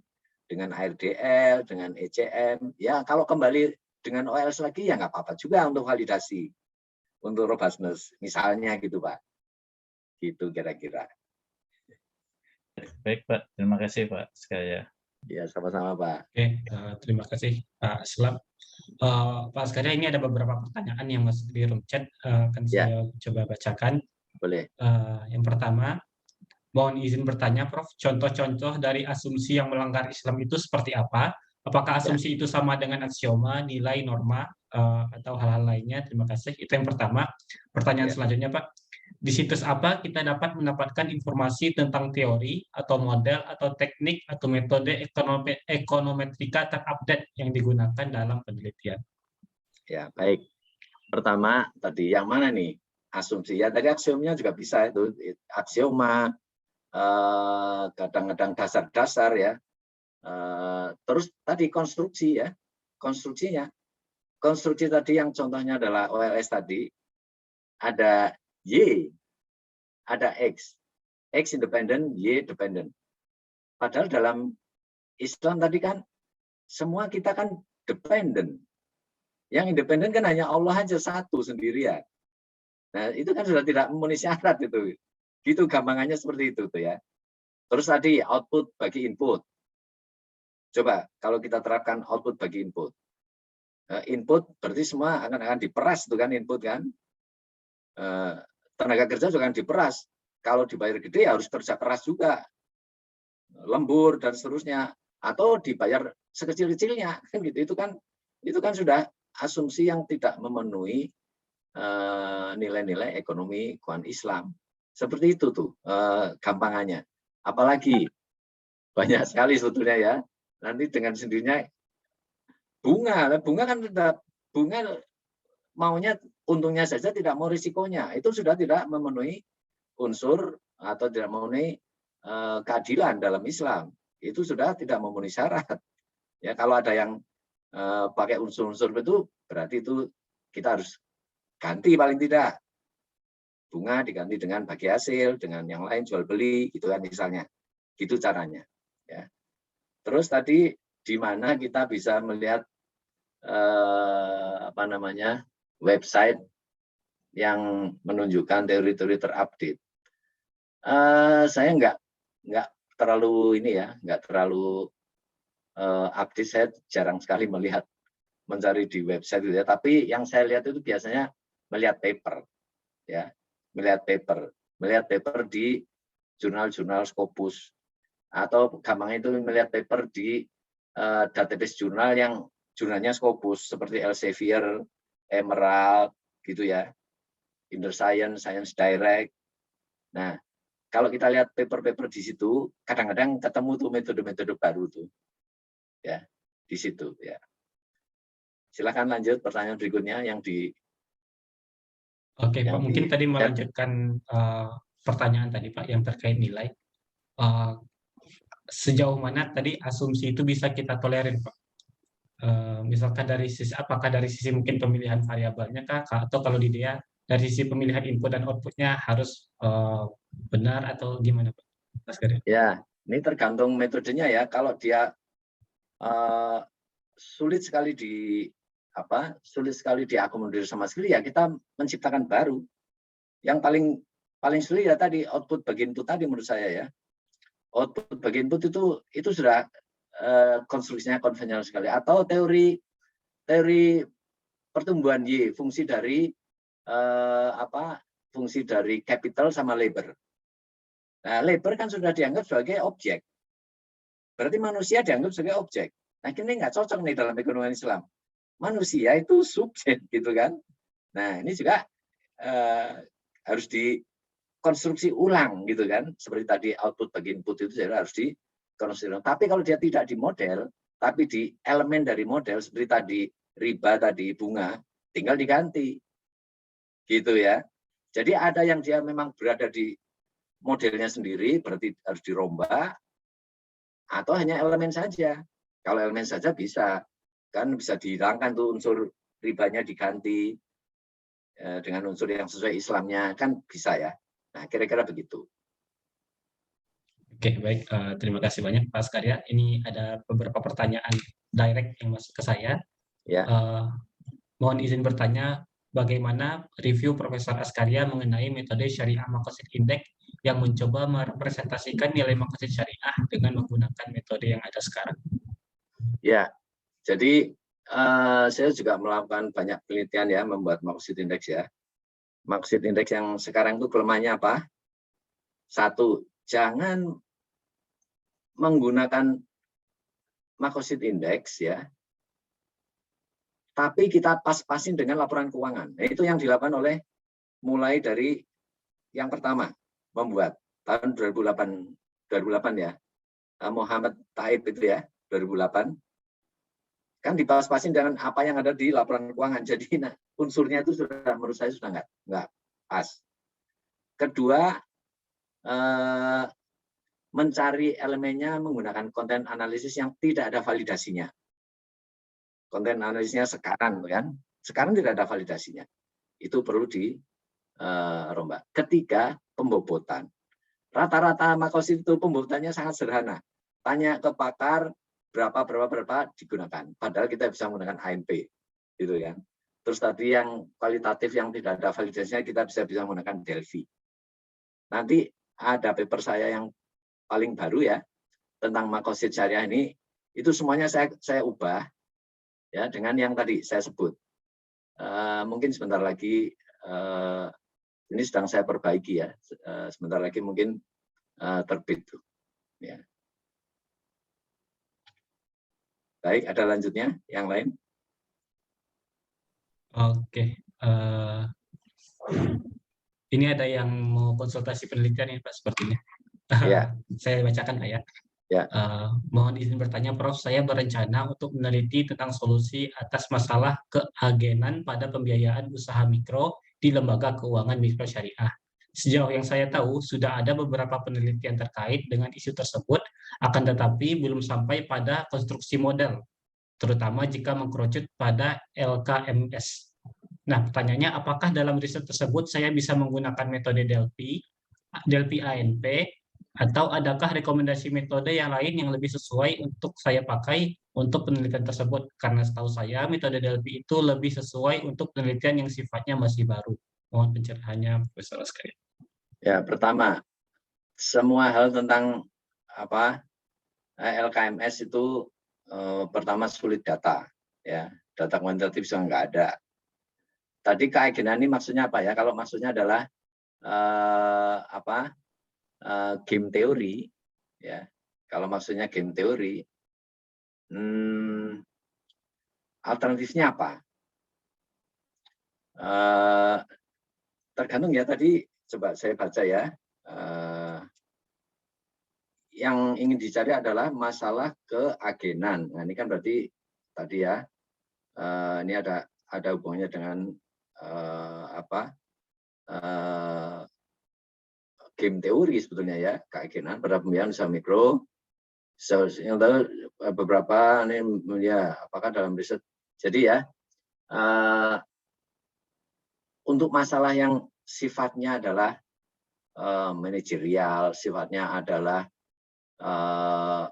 behavior gitu ya. Kita bisa menggunakan, tadi dibilang Delphi masih bisa digunakan ya. Delphi itu sangat luas ya penggunaannya ya. Bahkan juga kemungkinan di sini ya, Delphi justru untuk mencari variabel-variabel lain yang di paper-paper yang sudah ada itu belum ada, ya, mau digali, itu justru menggunakan Delphi, gitu ya. Delphi di awal ya, bukan Delphi di akhir. Delphi di awal untuk menggali hal-hal lain yang belum ditemukan oleh peneliti terdahulu. Itu bisa diawali dengan Delphi justru. Nah, setelah itu tergantung, ini kita mau menganalisisnya apa ya setelah Delphi itu mau apa. Mau menggunakan SEM, mau ANP, mau SAST, mau macam-macam metode yang tepat nanti mungkin bisa dicari. Mungkin gitu. Oke, terima kasih Pak Skaria. Mungkin Bu Nanang tadi yang bertanya sudah jelas atau mau ada pertanyaan follow up? Cukup ya. Baik, terima kasih banyak atas penjelasannya, Prof. Ini mohon maaf belum bisa on cam karena sambil ngomong ini, Prof. Sudah cukup, Prof. Terima kasih. Oke, terima kasih Bu Nanang. Mungkin dari peserta yang lain ada lagi yang ingin ditanyakan? Kita masih ada waktu beberapa menit lagi. Mohon bimbingannya bisa nulis di Scopus, Profesor Askaria. Ada pertanyaan itu di chat. Ya, insya Allah ini harusnya memang ada sesi nanti bagaimana menulis quality paper supaya bisa masuk Scopus.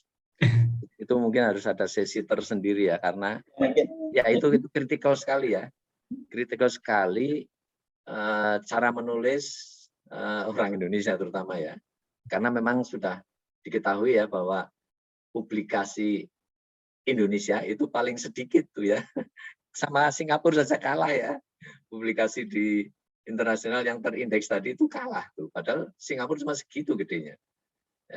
Nah ini memang masalah cukup mendasar ya di Indonesia. Mungkin perlu sesi sendiri ya untuk bagaimana menulis paper berkualitas setara Scopus Q1, Q2 gitu ya. Mungkin itu perlu sesi sendiri. Ya. Oke, Prof, ini mungkin ada 3 pertanyaan terakhir. Ada 2 ya, dari boleh. raise hand dan 1 dari room chat. Yang dari room chat saya coba bacakan terlebih dahulu. Ya. Bismillah, Assalamualaikum. Terima kasih atas ilmu metode penelitiannya dari Profesor Askaria. Izin bertanya, perkembangan terbaru terkait data kualitatif dan pengembangannya untuk ekonomi syariah, metode apa saja yang bisa dikembangkan di bidang kualitatif? Ya, sebetulnya metode itu tidak berkembang ya, tidak terlalu berkembang ya. Cuma mungkin kreativitas peneliti ya, supaya bisa menggunakan metode itu. Tadi Delphi mungkin orang nggak mikir tuh ternyata bisa digunakan seperti tadi ya. Oh ternyata bisa gitu kan. Nah, yang terakhir ya mungkin ya itu ya baru Delphi, ANP, kemarin ada SAST juga, tapi yang paling banyak digunakan malah SEM ya. Yang paling banyak digunakan itu SEM, karena SEM ya tadi memang mudah dimodifikasi ya, mudah dimodifikasi dan bisa digunakan untuk banyak sekali masalah dalam ekonomi Islam juga. Ya. Nah, kalau yang kuantitatif ya terpaksa yang tadi, yang saya sebutkan tadi, VAR, VCM, tapi nanti untuk validasi untuk robustness bisa menggunakan ECM, ARDL atau bahkan OLS. Ya, kalau metode yang terbaru lagi ABM ya, ABM itu menurut saya perlu dipelajari ya. Saya sendiri juga belum terlalu paham tuh. Saya mungkin juga perlu belajar dulu. Tapi menurut saya itu metode yang potensial lah untuk digunakan dalam ekonomi keuangan Islam. Mungkin ABM itu yang terakhir ya sekarang, yang belum banyak otomatis belum banyak digunakan juga nih, belum banyak yang paham juga itu yang ya. Silakan. Oke, yang Presiden. Silakan Bapak Purnadi terlebih dahulu.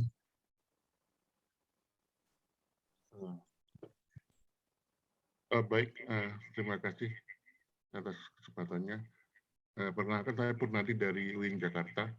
Terima kasih Pak Askaria. Jadi saya ada rencana membuat penelitian untuk membuat suatu model pembiayaan berdasarkan syariah untuk proyek energi terbarukan. Nah, seperti kita ketahui bahwa proyek energi terbarukan ini kurang menarik karena tingkat keekonomian yang masih belum begitu bagus itu, karena ada teknologi yang masih berkembang, belum mature gitu. Sementara proyek energi terbarukan ini sangat diperlukan, baik secara negara maupun secara global, karena untuk transisi energi ke depan yang lebih ramah lingkungan. Nah, jadi sekarang ada permasalahan bahwa proyek energi terbarukan ini bermasalah, progresnya tidak lancar, tidak baik, karena ada terkait dengan pembiayaan yang kesulitan pembiayaan. Nah, tapi sebenarnya ada solusi juga bahwa ada insentif dari pemerintah terkait dengan ekonomi berkelanjutan. Jadi ada terkait dengan pembiayaan berkelanjutan. Nah, saya ingin mencoba mengembangkan suatu model pembiayaan yang tentunya berdasarkan syariah untuk bisa diaplikasikan ke proyek energi terbarukan. Nah, mungkin itu inti permasalahannya. Cuma mungkin yang menjadi yang ingin saya ketahui sekarang, metode apa yang tepat untuk melakukan penelitian seperti ini, gitu, Pak. Ya, baik. Jadi kalau sesuatunya itu belum ada, kalau saya biasanya memulai dengan mencari karakteristik yang diinginkan apa, yang tidak diinginkan apa, gitu kan. Nah, biasanya saya melakukan itu dengan tadi Delphi digabung dengan Likert, dengan Delphi dan Likert. Nah, semua hal yang tapi tetap di Delphi Likert itu tadi ya, kalau kita lihat Delphi Likert ya, coba saya lihat di sini. Itu diawali dengan selalu diawali dengan in-depth interview ya. Ini selain literatur review ini ya, itu selalu kita melakukan in-depth interview dengan para pakar, para praktisi, para regulator, itu semuanya kita gali itu sebanyak-banyaknya. Biasanya saya di in-depth interview ini saya bagi dua ya, kelompok pakar, kelompok praktisi. Pakar itu ya yang akademisi, regulator, pakar sendiri gitu ya. Itu coba ambil antara 6 sampai 12. Biasanya saya angka yang tertinggi itu. Ya, 11, 12 atau lebih. Nanti segitu lagi untuk yang praktisinya. Nah, nanti dari sini ya, itu kita bisa mengumpulkan banyak sekali informasi tadi, yang lama-lama itu puzzle yang ada di kepala kita tadi buram, nggak kelihatan apa-apa, lama-lama mulai muncul tuh, ya, mulai muncul. Nah, nanti kita kemas dalam metode Delphi Likert ini sehingga nanti ketahuan mana yang diinginkan, mana yang tidak. Nah, kalau itu sudah jelas, kita bisa membuat model tidak hanya satu, Pak. Beberapa alternatif model yang memenuhi syarat tadi, yang kriterianya diinginkan tadi kan, karakteristik yang diinginkan. Nah, kalau kita sudah membangun beberapa model, terus mana yang terbaik? Kita analisis lagi nanti dengan Delphi ANP gitu, Pak. Kenapa perlu Delphi ANP? Ada Delphi-nya. Karena model ANP-nya pasti baru. Kriterianya pasti baru. Apa-apanya baru. Jadi, dua. Pertama Delphi Likert, kedua Delphi ANP. Ada contoh penelitian saya, mungkin mendingan di-download yang di Bank Indonesia. Tentang micro fintech. Itu lengkap itu working paper mulai dari Delphi Likert-nya sampai Delphi ANP. Kalau jadi jurnal memang jadi 2 jurnal tuh Pak. Satu paper Delphi Likert, satu jurnal Delphi ANP yang tadi yang saya tunjukkan micro fintech tadi. Itu satu jurnal sendiri. Itu Pak, itu menurut saya. Kalau in-depth interview tadi, apakah bisa saya ganti dengan di literatur, karena saya sudah banyak dapat informasi dari report-report dari ya, oke ya. Jadi ini tidak bisa diganti nih Pak. Literatur itu sesuatu yang sudah lalu Pak. Coba Bapak baca misalnya jurnal terbaru 2022. Nah, misalnya tadi penelitian saya keluarnya 2022. Ternyata penelitiannya 2019 Pak. 2019 penelitian 2022 sudah lewat berapa tahun? Apakah tidak ada perubahan di situ? Banyak perubahan. Nah, perubahan itu bisa di-cover di mana? Di in-depth interview. Jadi ini in-depth interview justru Bapak nanti akan merasa paling penting nih. In-depth interview. Bapak akan nanti mendapatkan knowledge yang sangat banyak dari in-depth interview banyak pakar dan banyak praktisi ini. Sehingga Bapak nanti merasa tercerahkan. Bapak udah baca literatur banyak masih bingung kan? Nah, nanti Bapak in-depth interview nanti Bapak tercerahkan nanti. Gitu kira-kira. Kalau kan ada rencana Pak, ada rencana mungkin menggunakan untuk analisanya ini menggunakan system thinking, karena kan bisnis ini sifatnya dynamic ya, jadi mungkin saya akan mencoba menggunakan system thinking gitu. Nah, saya enggak. Sistem kan itu sebetulnya sistem thinking kan teori sistem ya. Ya, sistem. Teori sistemnya Pak itu kan ya, Pak siapa? IPB, Prof. Eriatno ya. Kalau bukan. Kalau di ITB Pak Tasrif. Ya. Jadi sebetulnya ANP itu juga pendekatan sistem ya. Mau yang lebih generik sistem thinking mungkin bisa-bisa saja. Yang penting adakah di dalamnya itu proses validasi. Itu yang penting. Kalau tidak ada validasi nanti susah nanti kalau mau masuk ke jurnal. Gitu. Ya. Ya. Terima kasih. Terima kasih banyak. Ya, sama-sama. Kita lanjut ke pertanyaan terakhir, boleh Pak Jaharuddin? Dipersilakan untuk unmute. Ya, bismillahirrahmanirrahim. Assalamualaikum warahmatullahi wabarakatuh. Terima kasih Pak Askaria. Salam kenal untuk Bapak Ibu sekalian. Saya mahasiswanya Pak Askaria di Trisakti dulu. Oh ya. Sempat belajar langsung ANP dan AHP dan ANP dengan Pak Askaria waktu itu Pak. Iya, iya. Lumayan lama tapi 2010-an, 2009, 2010 Pak Askaria. Ya. Sehat selalu Pak Askaria. Alhamdulillah. Baik. Pak Askaria, saya sedang melakukan penelitian tentang wakaf sebetulnya Pak Askaria. Ya. Dibimbing oleh Prof. Amin Suma di UIN Jakarta S3. Ya. Nah, saya fokusnya sementara itu di provinsi, Pak. Ya, karena yang di nasional juga udah banyak. Saya mulai masuk ke provinsi. Oke. Nah, salah satu tentunya ketika berbicara wakaf itu kan data Pak Askaria lebih tahu lah data wakaf bagaimana parahnya begitu kan. Nah, mau tidak mau kan pendekatannya mau tidak mau adalah datanya kan data primer, Pak. Nah, ketika berbicara data primer, maka salah satu metode, bukan satu-satunya tentunya, salah satu metode yang dekat dengan data primer ini kan kualitatif, Pak. Iya. Ya kan? Artinya kita in-depth wawancara mendalam dan seterusnya begitu. Nah, saya lagi mau memakai studi kasus atau konten analisis sebetulnya, Pak, di antara kedua ini. Nah, kemudian nanti dilanjutkan dengan Delphi ANP rencananya, insya Allah. Nah, pertanyaannya begini, Pak. Pemahaman saya tentang kualitatif itu masih dangkal lah ya, kualitatif. Kualitatif itu kan agak abstrak langkah-langkahnya, Pak. Beda dengan kuantitatif menurut saya. Kuantitatif itu tadi seperti dikatakan oleh Pak Askaria, itu kan udah ada bakunya, udah ada gini 1, 2, 3 gitu loh. Sementara kualitatif itu 1, 2, 3-nya itu abstrak. Kemudian ditambah dengan misalnya studi kasus menurut A dengan studi kasus menurut B itu nanti juga akan berbeda, ya kan Pak?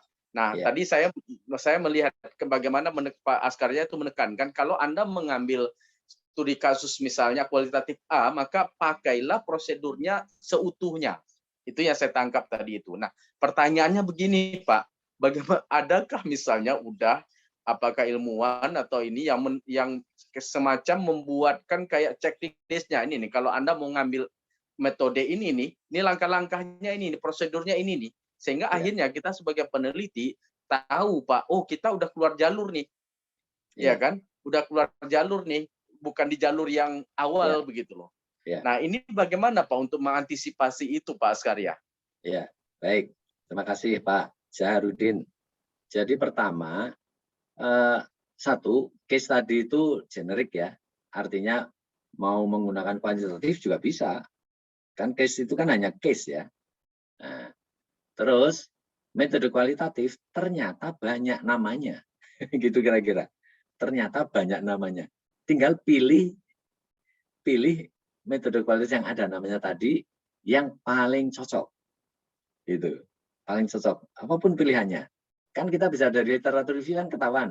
Ini ada si A menggunakan grounded theory, si B konten analisisnya Krippendorff, yang ini pakai konten analisis juga tapi yang sekarang, yang ini pakai apa, gitu kan. Nah, untuk masalah kita, mana yang paling dekat? Gitu, mana yang paling dekat? Ya. Nah, ikuti prosedurnya sesuai dengan yang dibuat oleh penulis metode tersebut. Tadi saya memang mencontohkan ini ya, apa namanya, Krippendorff ini karena kebetulan saya menggunakan ini dan papernya sudah ada di jurnal. Tapi tidak harus ini ya, manapun metode kualitatif, konten analisis ataupun yang lain itu bisa juga digunakan. Nah, cuman satu kelemahan, semua konten analisis tidak ada validasi itu loh. Ini yang kadang-kadang membuat nanti kita mempertahankannya gimana karena nggak ada validasi. Nah, saya biasanya sekarang kalau memang tidak membutuhkan, saya baru sekali ini ya menggunakan yang kualitatif beneran baru sekali nih. Karena memang kemarin COVID gitu ya, baru sekali. Tapi kalau bukan yang mepet-mepet seperti itu, saya biasanya menggunakan Delphi, ya, entah itu Delphi Likert gitu ya, atau Delphi sendirian. Kalau tidak membutuhkan, kita harus ingin tahu karakteristik. Kalau perlu karakteristik, saya pasti menggunakan awalnya adalah Delphi Likert ini, gitu. Ini pertama kita bisa menggali semua hal karakteristik yang kita inginkan tadi, yang kita butuhkan, puzzle-puzzle yang kita masih belum tahu, ya, dan di akhirnya ada validasinya. Nah, validasi itu sangat penting kalau paling tidak kita bertahan ketika kita ujian proposal, bukan ya, ujian disertasi ini. Kan nanti diuji, kalau nggak ada validasi nanti pasti kita mudah sekali dijatuhkan. Sangat mudah. Tapi kalau dengan ini, Delphi Likert, nanti ada proses validasi yang namanya sebetulnya cuman memvalidasi konsensus para pakar tadi yang jawab ini. Nah, tapi dengan adanya p-value, kalau p-value-nya sudah signifikan, kan mereka mau menjatuhkan kita ya silahkan, tapi kita tidak bisa dijatuhkan. Mereka mengkritik, tidak setuju, tidak masalah, tapi tidak menjatuhkan hasil kita. Hasil kita tetap robust. Kan gitu. Kan itu yang kita pentingkan sebagai peneliti kan, supaya pihak penguji nanti kalau masuk jurnal reviewer itu kita bisa lewat gitu kan, lolos kira-kira gitu. Mungkin gitu Pak Zaharudin.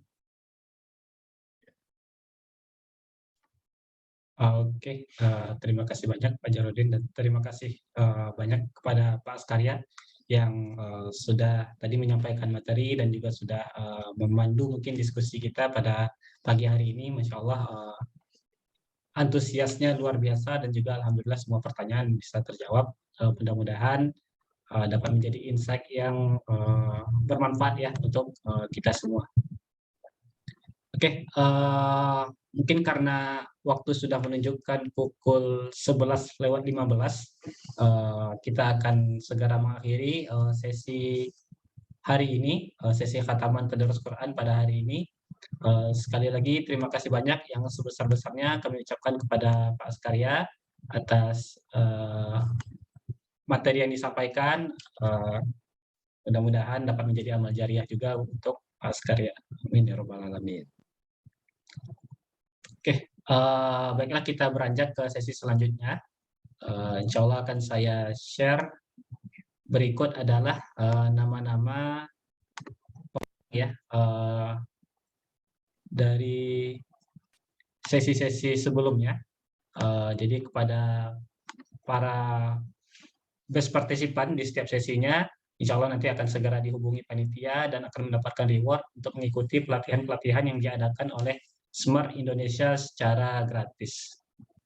Oke, kemudian selanjutnya saya akan share ini ya.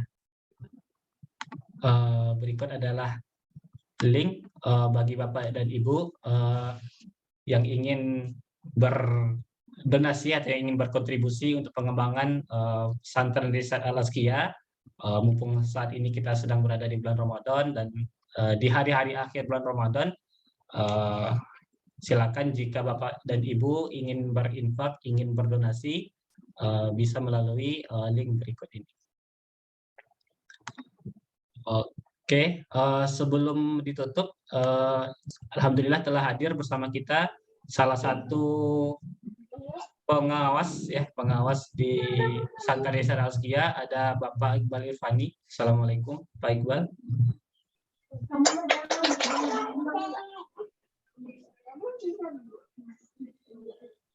Oke, assalamualaikum Bapak Iqbal. Oke, sepertinya belum terhubung ya dengan kita. Oke, sebelum kita tutup mungkin ada yang mau ditambahkan lagi, mungkin dari Pak Am atau Pak Askarya mungkin mau menambahkan sesuatu. Boleh mungkin kata-kata terakhir aja ya. Oh iya, silakan Pak Askarya. Jadi kita sebetulnya sudah tahu ya, ekonomi keuangan Islam itu ya yang benar gitu ya, bukan mereka yang benar. Cuman masalahnya kita perlu menyampaikan. Nah inilah dakwahnya gitu ya, menyampaikan secara ilmiah. Nah sehingga ya kita harus kuasai metode-metode ilmiah ini supaya kita bisa berdakwah di jalur ini ya, jalur ilmiah, jalur akademik, jalur melalui jurnal itu bagi para peneliti itu ya inilah jalurnya gitu ya. Nah ini cocok sekali dengan pesantrennya nih kan. Jadi dalami metode-metode mereka juga harus kita dalami, tapi kita harus kritisi. Kita tidak sekedar mengambil langsung kita gunakan, jangan. Harus kita sesuaikan dulu dengan nilai-nilai ekonomi keuangan Islam. Bahkan kalau bisa membuat sendiri nanti kan, menciptakan teori sendiri yang merupakan pengembangan misalnya kan dari suatu tadi metode yang konvensional kita kembangkan ya menjadi metode yang lebih tepat untuk ekonomi keuangan syariah dan memenuhi nilai-nilainya ya. Saya tadi salah satunya kan ANT sudah kita modifikasi tuh menggunakan circular causation-nya gitu kan dengan validasinya dan seterusnya. Nah, yang lain kan bisa juga dilakukan hal yang sama. Dan memang perlu ya sebagai peneliti itu memang kita harus tahu banyak metode, tapi juga perlu satu kekhasan. Oh saya nih ahlinya di mana gitu. Nah itu perlu karena kalau enggak kita hanya sebagai pemakai ya pemakai metode, tapi sebenarnya kita enggak mendalami. Nah bisa milih yang mana saja ya. Kemudian dikembangkan sehingga akhirnya lebih pas untuk penelitian ekonomi keuangan Islam. Jadinya nanti banyak sekali metode yang lebih cocok digunakan untuk penelitian di bidang ekonomi keuangan Islam. Mungkin itu terutama yang ada di pesantren ya, bisa nanti masing-masing mempunyai mengembangkan salah satu metode gitu ya. Nah, gitu. Mungkin itu dari saya. Wallahu a'lam bishawab. Assalamualaikum warahmatullahi wabarakatuh. Waalaikumsalam warahmatullahi wabarakatuh. Terima kasih nasihatnya Bapak Askaria. Oke, Pak Ab mau menambahkan sesuatu, silakan. Baik, terima kasih Pak Askaria. Hari ini terima kasih banyak Bapak Ibu sekalian. Ini selama 7 hari dan 8 hari dengan hari ini. Mohon maaf apabila banyak kekurangan, ada hal-hal mungkin junior researcher kita, ada masih hal-hal yang mungkin perlu diskusikan, tapi ada kabar baik buat Bapak Ibu bahwa sepertinya tadarus ini akan kita lanjutkan. Jadi insya Allah setelah Lebaran ini kita ada program seperti ini karena ternyata antusiasmenya sangat tinggi. Hanya mungkin nanti mohon tunggu kabar di grup WA ya. Jadi kemungkinan besar sebulan sekali begitu. Tapi nanti kita akan diskusikan secara mungkin diskusi FGD. Ini kan FGD sebenarnya ya. Dengan satu narasumber terkait metode-metode yang baru dan mungkin nanti akan mengundang Pak Askaria lagi atau yang lain dan seterusnya. Itu saja Bapak Ibu sekalian. Mudah-mudahan Ramadan kita optimal dengan semua keberkahan yang ada di dalam. Terima kasih. Assalamualaikum warahmatullahi wabarakatuh. Waalaikumsalam warahmatullahi wabarakatuh. Oke, terima kasih Pak Am. Oke, kita masuk ke sesi terakhir. Jadi sebelum kita tutup rangkaian agenda Tadarus Al-Quran ini, mungkin kita akan sesi dokumentasi dulu ya. Silakan Ibu Bapak yang silakan dinyalakan kameranya karena kita akan mengadakan dokumentasi. Ya, bagi yang belum menyalakan kamera, oke, silakan dinyalakan. Oke, 1, 2, 3 untuk slide pertama.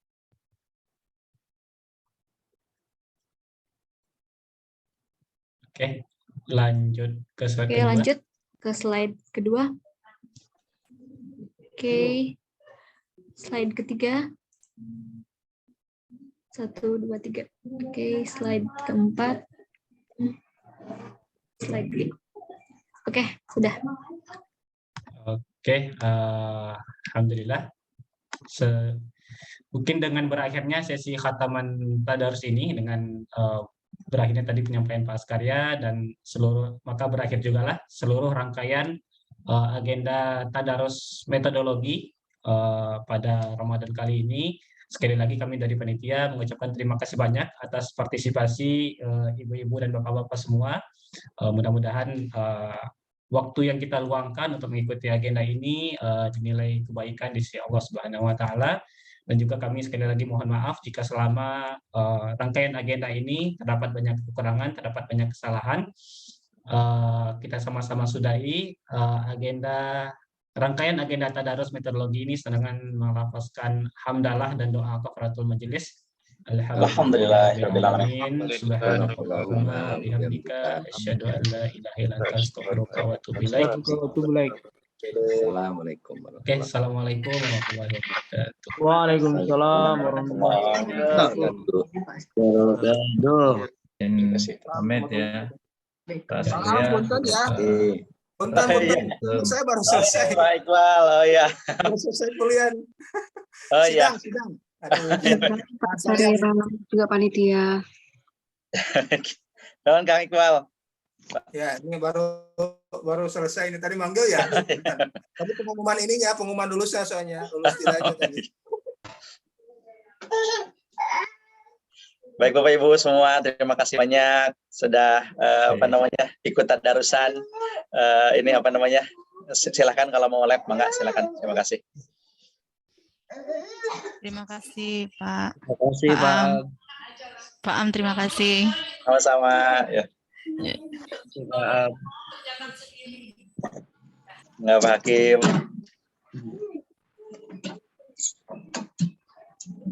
Izin live Pak Am.